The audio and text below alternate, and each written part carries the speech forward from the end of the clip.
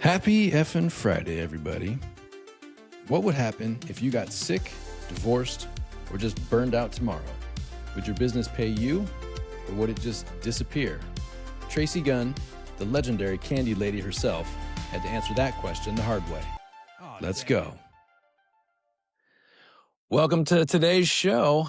I'm joined today by Tracy Gunn.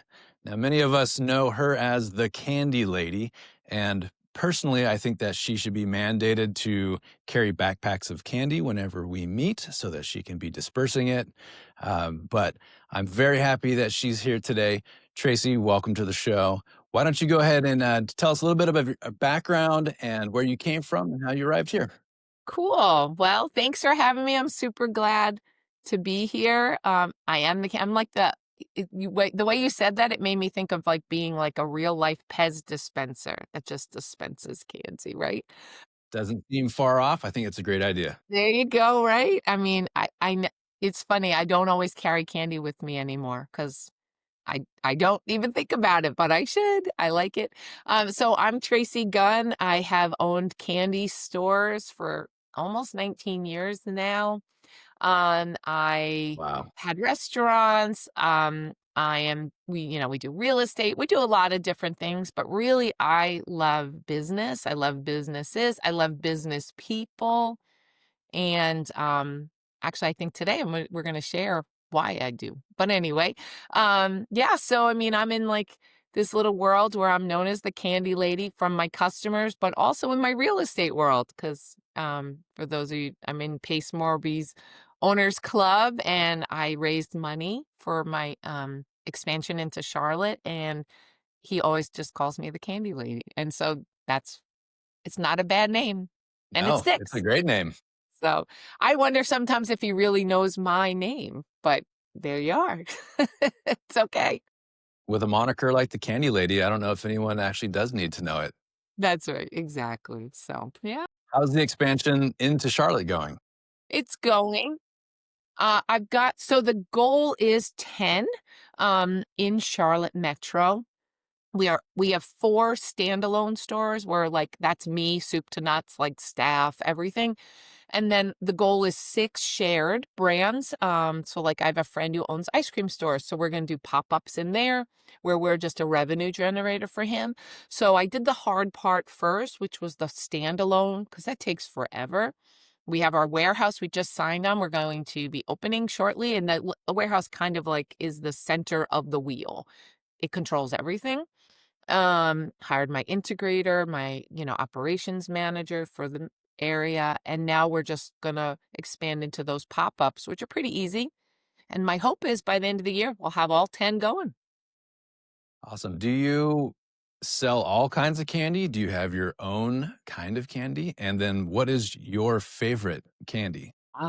Good questions. Okay, so we are like that old school candy store. Like maybe when you were a kid, you went to the lake or the beach and you went into the candy store. When I was a kid, I grew up on Long Island. So we were always by the ocean. So we would go to the lake for vacation. And the only place my mom would let us have money to spend, right? You'd be in the tourist trap and you'd be in all the stores. The only place we were allowed to spend money was the candy store. So she'd give us each $5 or whatever. And that's kind of was the model um, of that. And so my original candy headquarters is like candy, chocolate, fudge, cupcakes, ice cream, a little bit of everything. The new model is really just slimmed it down because staff is becoming more and more difficult to depend on. So we've slimmed it down to just bulk candy, like where you go in and make your own candy bag, bulk chocolate, where you can build your own chocolate box, and then retro. So like think candy cigarettes, wax bottles, wax lips, all the good like fun dip. My favorite candy of all time, hands down, Chewy Sprees. Chewy. Oh, I love Chewy Sprees and Smarties. Yes, I like Smarties too. I like the coating on the outside, and I like that it's a little bit of like hard candy, but with chew. I don't know. I love it. So that's my favorite. The sad part is they stopped selling it in bulk, so we don't have it anymore. You gotta go find like troves of it that someone has socked away. Here, buy your vintage. your vintage candy for a markup. Right? Don't buy it. Don't bu I know people ask me about candy that has like, they can't find, and I'm like, "If you find it, please don't buy it because it's 15 years old." Like, don't like, candy lasts a long time, but I would question 15 years old, right? When Necco went out of business, that was a big thing. They did a lot of different brands. The Neckos, yeah. Yes, but so they also did, like, squirrel nut zippers and mint juleps and banana splits and BB bats, and they did a lot of different ones, so people are buying the recipes and making them, but, like, there's a lag between when they went out of business and, like, when they started, so some are back, some are not. Some are just being resold after being found on the side of the road in a That's crate. right, somebody's Man, basement. when I was a kid, I remember the candy cigarettes. Mhm. Which ones, the sticks or the gum? Because the gum puff smoke. Yeah, that was the cool one. Yeah. Can't sell those anymore. I do sell them. You do, Are you just you don't I thought call you them. weren't allowed to sell those anymore. Well, you can sell them with the name cigarette on them. So what they did was, because there's always there's a creative way to accomplish every task. So they basically removed the word, it just looks like it, and it doesn't say it. Don't you love business? It's I mean, that amazing. that is the funniest thing, like, going around, yeah, you blow out that little puff of smoke, "Oh, I'm Yeah, that's what I so just cool did. looking." You got that forever. I know, like, I did a reel about it, and because I wasn't sure would it get blocked, because they won't let me put on Facebook or Instagram Yeah. in my shop those, even though people will buy them because they're, inappropriate. Yeah, I wonder how many kids went on from candy cigarettes to real cigarettes. I mean, that was never an attraction for me. No, if they did, they would be very disappointed. Like, No, yeah, no doubt. it's not good. Alright, so you've been doing this for a long time, Long time? many shops, and did you do other businesses before then? Restaurant, but no, not before. I homeschooled for 14 years, so I helped my husband with his business. Um, my dad had like a gas station convenience store. I worked with a lot of small business owners, like my mom. Like, I worked in a bagel store when I was 13, making all the cream cheeses, or So I've worked for small business, local business. I've worked in grocery stores. My dad had one, so like the idea of business was not scary to me because I had all these real life examples of people who were doing it. None of them were millionaires. None of them were phoning it in from Tahiti like, the American dream pretends. But the uh, the nuts and bolts of it were just kind of absorbed. You have sales, you have a way to ring up, you have stock, you have, reporting, you have cash like, the idea of it, so it wasn't so scary to do my own, because I was like, and I mitigated the risk because 'cause I'm pretty scrappy, and so when I started my candy store, which was my first business, just me, like, I wanted a little place. It's called Life is Sweet, and it was because life was not sweet at the time, and I figured that if I said it enough, I'd remember, like, that things won't always suck, and so that was in 2006, and I was like, I wanted a little world that I could control what happened there, that, I got to say, and the mistakes would be mine, not anybody else's. So if I screwed up, it was mine. It wasn't the impact of somebody else's screw up that I now had to suck it up and figure out, right? And I liked the idea of that. And so for me, I make lemonade. That's kind of just I'm geared that way. So when things are crappy, I figure out, oh, I start a new business. So that's how I wound up with 4 businesses at once, because just crap kept happening. And then I just kept opening another business, like, oh, you know what? I'm going to get myself occupied, create a safe space for myself. And so, yeah, that's my biggest. At one time, I had 2 independent restaurants and 2 candy stores at once. Now it's just candy stores, and then we're doing, obviously, the real estate stuff. You homeschooled the kids, did you, put them to work? They did. So that's what happened. My kids went to school.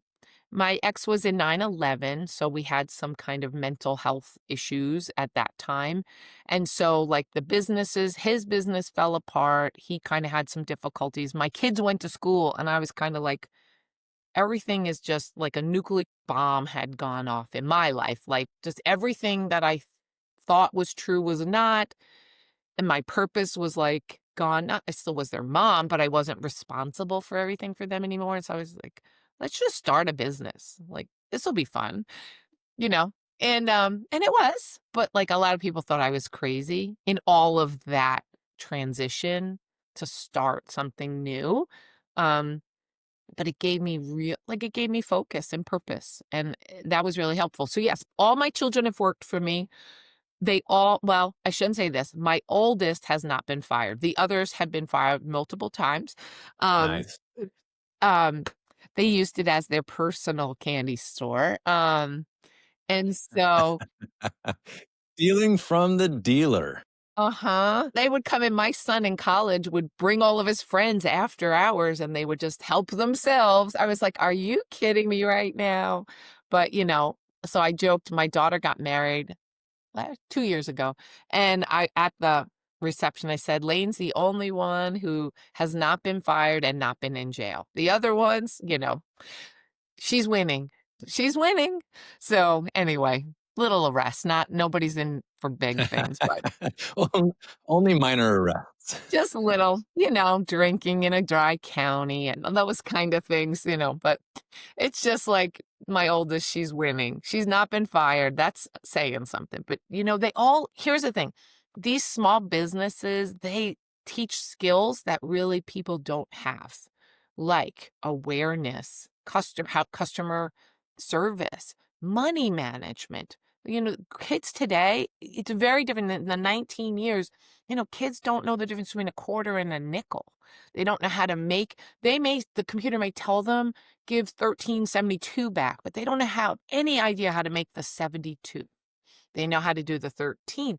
And it's crazy because but my kids growing up in that understand not only the impact of like what they do or don't do versus, in the shop, but also, the impact of livelihood, about how hard it is to own a business, about all of the things, and also just customer service. I mean, really just that's a life skill in its own, about paying attention to people, engaging with them, welcoming them, being aware like when they're looking for something. Cause you can get a vibe like, I don't see, right? I want to ask, but I don't. Like those skills are soft skills that most people, unless they've done these kind of jobs, they just don't have them. Yes, customer service today is terrible almost across the board in It every is. industry. Like flying around this summer, my wife, her father worked in the airline industry, and so they grew up flying non-rev, and they would have to wear business attire, and just customer service was pervasive. And then compare it to today where the people on the flights, people working at the desk don't seem to care at all about the customer. And then it's kind of just the same at every other business too. No. And you know what? My kids have taken that on in their life. So whatever job, like they're already ahead of the game because they have those so my oldest Lane is a doctor. But she's a great doctor because she listens and she pays attention to all those unspoken cues with people who are in distress. Like it just made her that much better of a doctor as opposed to, doctors have no bedside manner, right? That's kind of like pretty par for the course for doctors. And because she worked for me, but also as a barista and all that, she learned those skills about people and how to engage and about how to diffuse or draw them out. So again, those are life skills that I think when kids don't work, or we don't like, I take it very seriously, like, at any time, I usually have 20 to 30 staff, that it's my job to show them, like, this is a life skill. I know you feel like it's just a candy store, but this is a life skill that will serve you. My youngest is an OSHA, operator, like, he runs the safety for data centers as they're building them. And so he's dealing with 600 subcontractors. You think Crazy. those soft skills don't come into play, right? With attitudes and where you have to correct people and fine them and hold them accountable. But all of those soft skills he learned waiting on the little old ladies at the candy store who thought he was so cute, right? And would give him money. So, I mean, those are, again, these kind of businesses, I think, are really important for our communities and for the foundational skills. Now, do I think you should be doing this as, as a 30-year-old full time? Nah, I mean, there might be better things for you, right? Especially if you want to make more money. But for the start, I think they're ideal. Yep. Agreed. Agreed.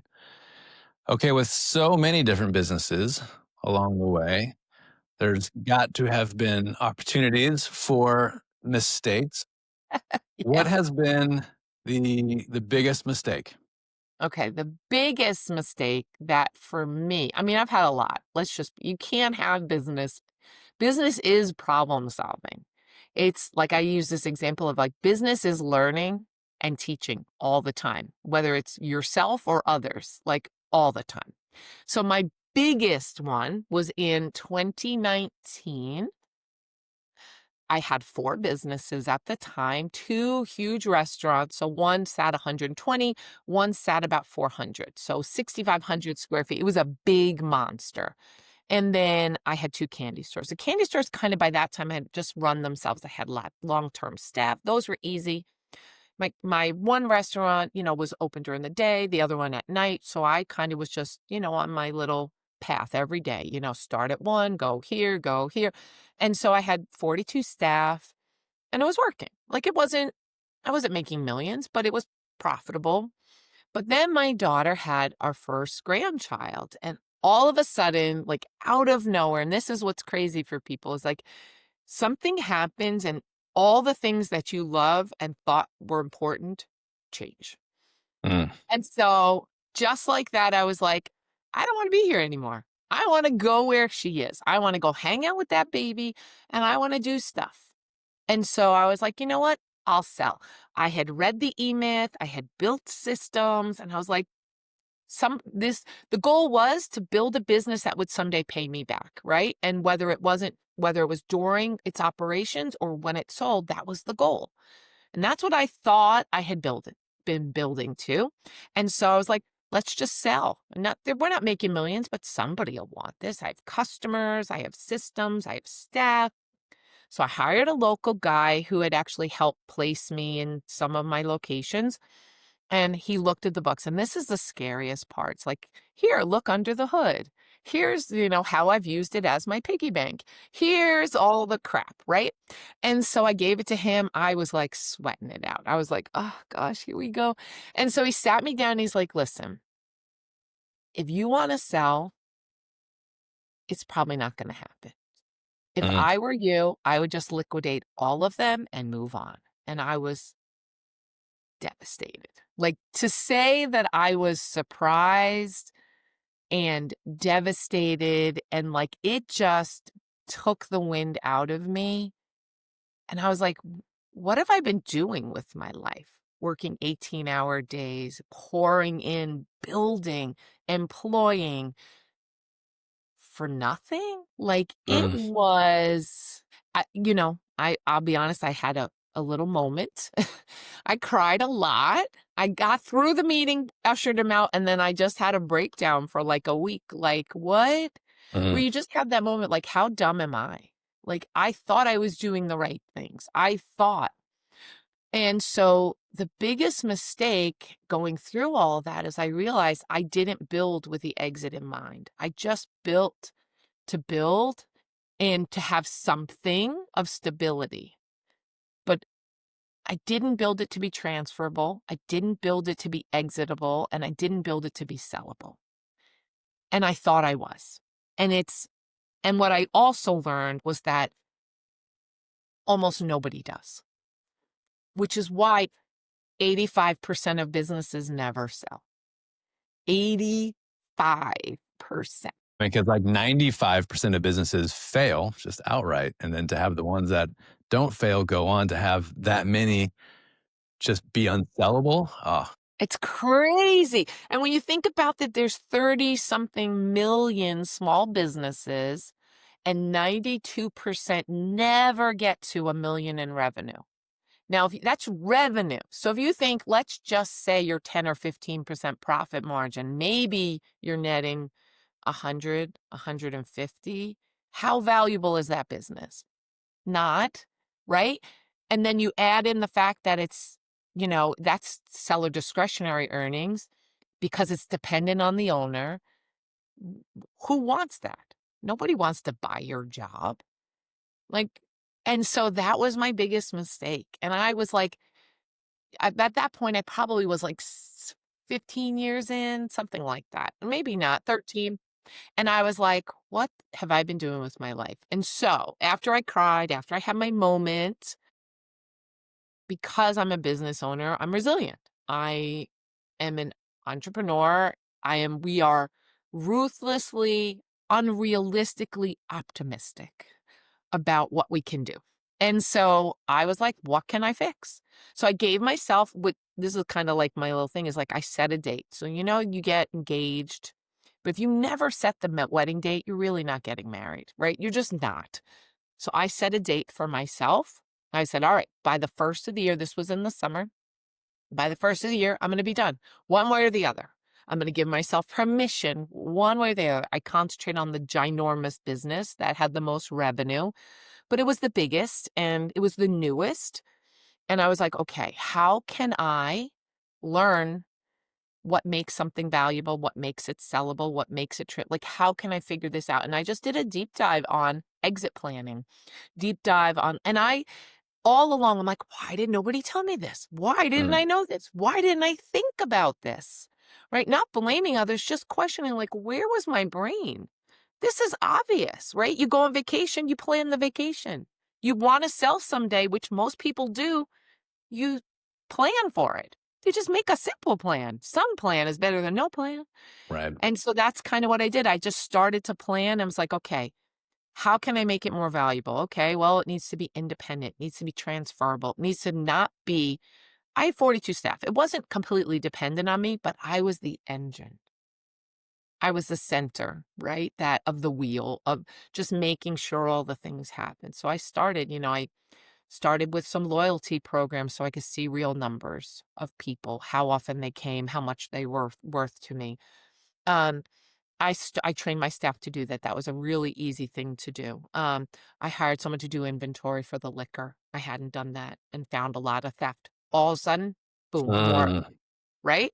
So like I just set up all these systems. Although we already had some, I just went hard into it. I figured that out. I figured and the punchline is within 3 months, one of my customers said, would you sell me your business? And I was like, sure, let's talk I was like, about it. let me consider it. Yes. Yes, right? And so, and yeah, so that's kind of all because I started thinking differently. I started thinking with that end in mind. And so, I mean, I know Pace tells us all the time, right? Like, what's your exit strategy here? People are just so excited about getting the flip or whatever. They're not thinking, well, what am I doing with this thing? And sometimes that's the exciting part is figuring it out. But you really should have a plan. If you're going to dedicate most of your waking moments to building something, it should, number one, operate without you. And number two, it should have intrinsic value so that someday it could pay you back. Whether it's paying you now forever or it's paying you when you exit. It should, Great. That's great right? advice. So were you able to extricate yourself? Totally. And then this is how I became like, this is my Mount Everest, is to help a million small business owners to develop and implement exit plans. That's a big number. It's a big number, but it's not hard to do because, like, how many people are going to listen to your podcast and think, crap, I never thought about my exit plan? Even in Pace's world, even in Owners Club, even in Sub 2, how many people are building a portfolio and not treating it like a business? Many.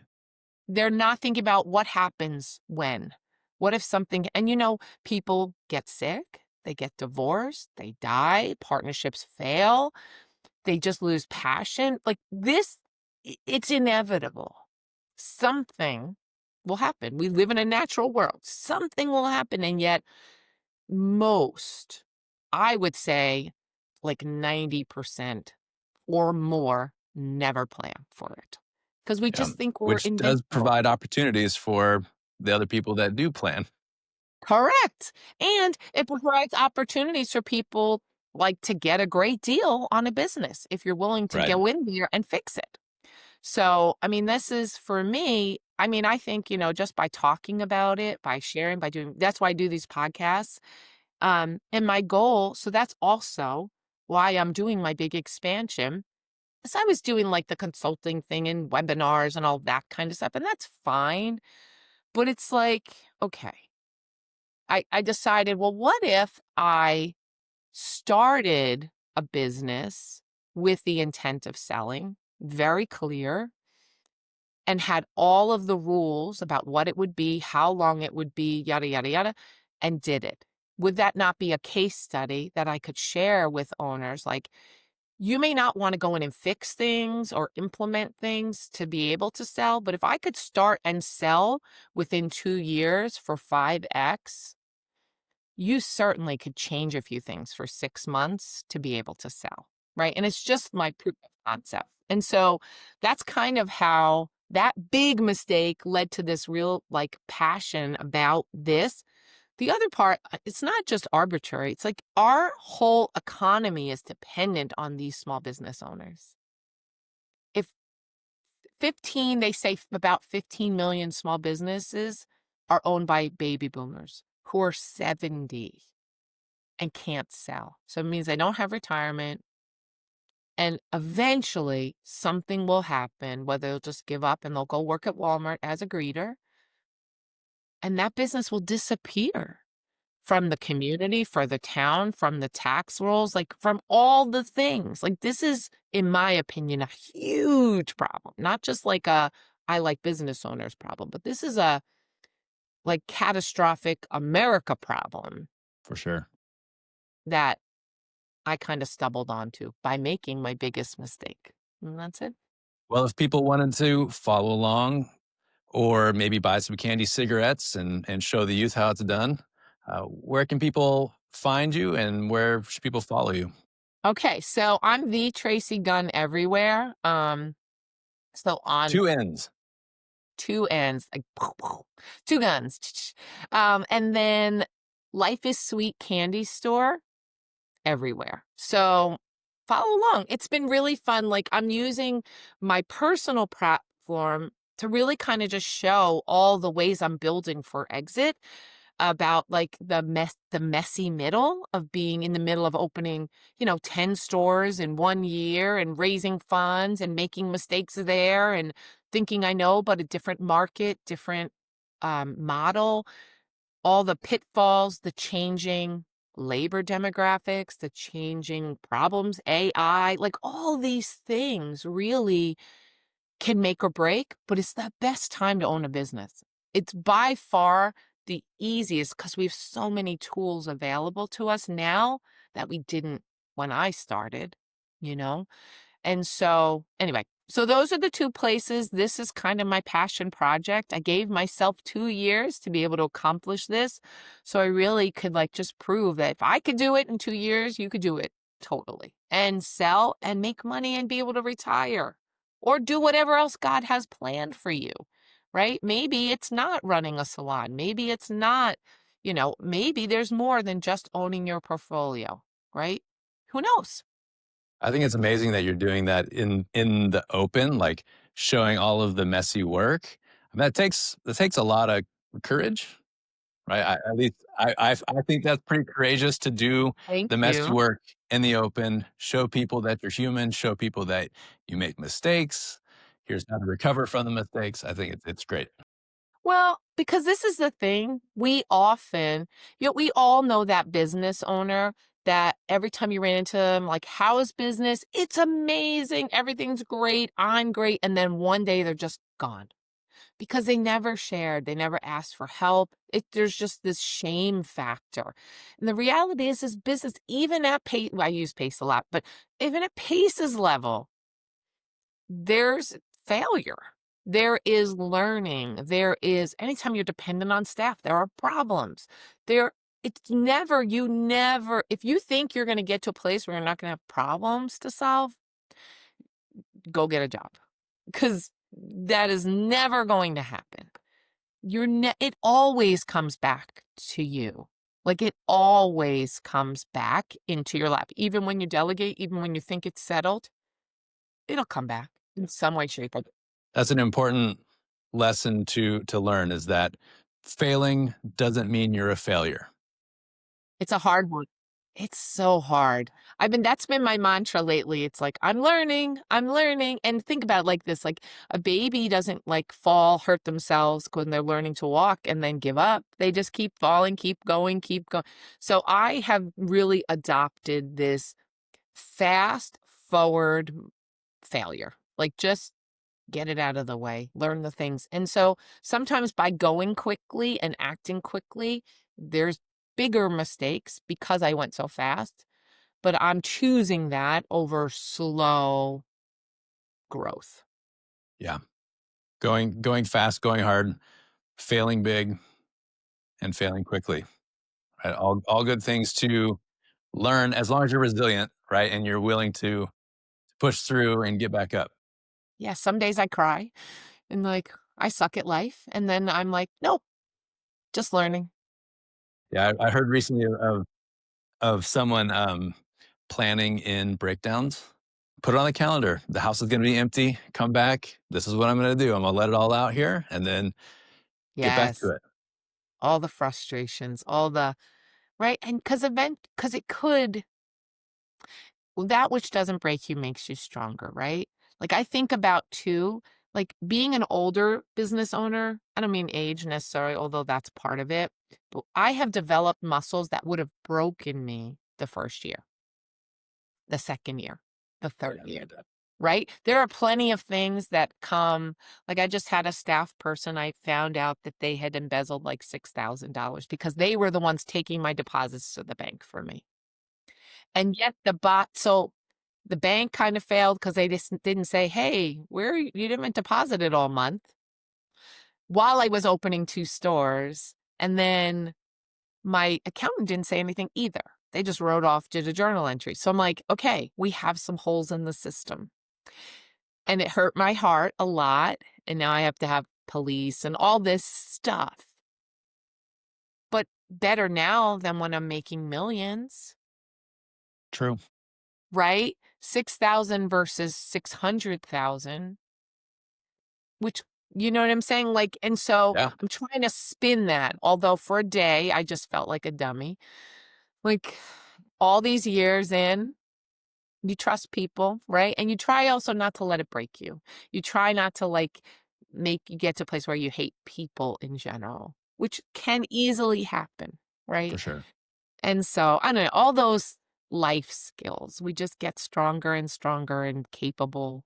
Like, I started this I'll shut up after this. I started doing this I text Pace every day about it, but, like, I started running 1 mile a day, just 1. It's 15 minutes. It's manageable. It's how do you excuse not finding 15 minutes, right? An hour is harder to justify, right? "Oh, I could do this, da, da." 15 minutes, if it goes longer because I didn't run the whole time, that's on me. But it's motivation just to get it done. But I'm getting better at it. I'm not a runner. Like I am in my 50s. This I is hate not running. I It's the hate worst. it is the worst. But you know what else I learned? I learned that your brain, while it's in survival like that, will accept what you tell it. So I have some mantras about like, I have some thoughts about, like, I'm praying and I'm like saying what I'm grateful for. So it goes right into my brain, or like I'm a money magnet, or whatever it is, or like learning or failure is not like failure is not real. Learning is real. Like those kind of things, because your brain just accepts it like a sponge because it's busy doing other things. So I've been using that. So, but That's again, great. I'm just developing the muscle is my point. And every morning I think I do not want to do this. I really just wanna stay I'll just pray in bed. I'll just go and now I'm like, "Shut up and get up." And it's 15 minutes. Because I've made it so small, I cannot justify it when I don't do it. I can't in my head. Well, I bet if you tried a little harder, you could. I probably could. I gave myself here's the other part. It's 26 mi I gave myself a goal of 26 miles a month, which is a marathon. That's what they like, so some months I'll have 5 days that I'm allowed to just choose not to do it. Mm, so I've set up my little parallel, like my little guidelines and my little fence posts just to keep me on track. But anyway, we develop muscles, and the thing is to keep using them and get stronger. That's it. You gonna stay at the 1 mile? Are you gonna push it to 1.5? Oh, sometimes I run too far, and then otherwise, like sometimes I kind of know where it is. So sometimes I go a different way to push myself just a little bit. But sometimes I'm like running a 16-minute mile, and sometimes I'm running a 14. Because some days I just don't have it. And I'm like, at least I'm doing it. I'm like, good job, you're doing it. Who cares, right? It's better than not. Because what, like every entrepreneur, I always move the goal line. And I've decided that I at least resolved, at least for the first, it's been 6 weeks of doing it. I am not going to move this goal line because I know that the minute I say, oh, let's do 2 miles, now it's a half hour. And when I have a busy day, it'll just be very easy to be like, nope, Yeah. Yep. That's true. Yeah, the longer the commitment is, the easier it is to kinda back out of it. I'll get to it tomorrow. It's one of my 5 I days know, a right? month where I don't have to do this, blah, blah, Yeah. blah. 15 minutes is 15 minutes. And I like that I could say I run a marathon every month. That's great too, yep. Little things. It's a little mind trick. Nobody says the marathon has to be Yeah, all it's at a once. slow marathon. It's It's like a fine. slow It flip. counts. Could take 30 years, right? Alright, Tracy. Well, I'm so glad that you joined me today. Thank you. Let me try that again because I just my brain just totally blanked You're out. good. You're great. No, this is fun. That seems to happen more frequently these days. I don't know what it is. Yeah. Age. That's what it is. Mhm. All right. Well, thank you for joining me today, Tracy. It was a wonderful conversation, and I hope to be able to see you more in the future. I think we've got some dates coming up We where do. we will be We in the do. same cities at the same time. I love it. Yep. I could look forward to seeing you. Thank you for having me. And this was really fun. A great way to start my day. And it reminds me like why I'm doing what I'm doing. On days where I feel like I suck, it's like, oh yeah, that's why I'm doing it. And this is normal. Well, good luck in Charlotte. Thank you.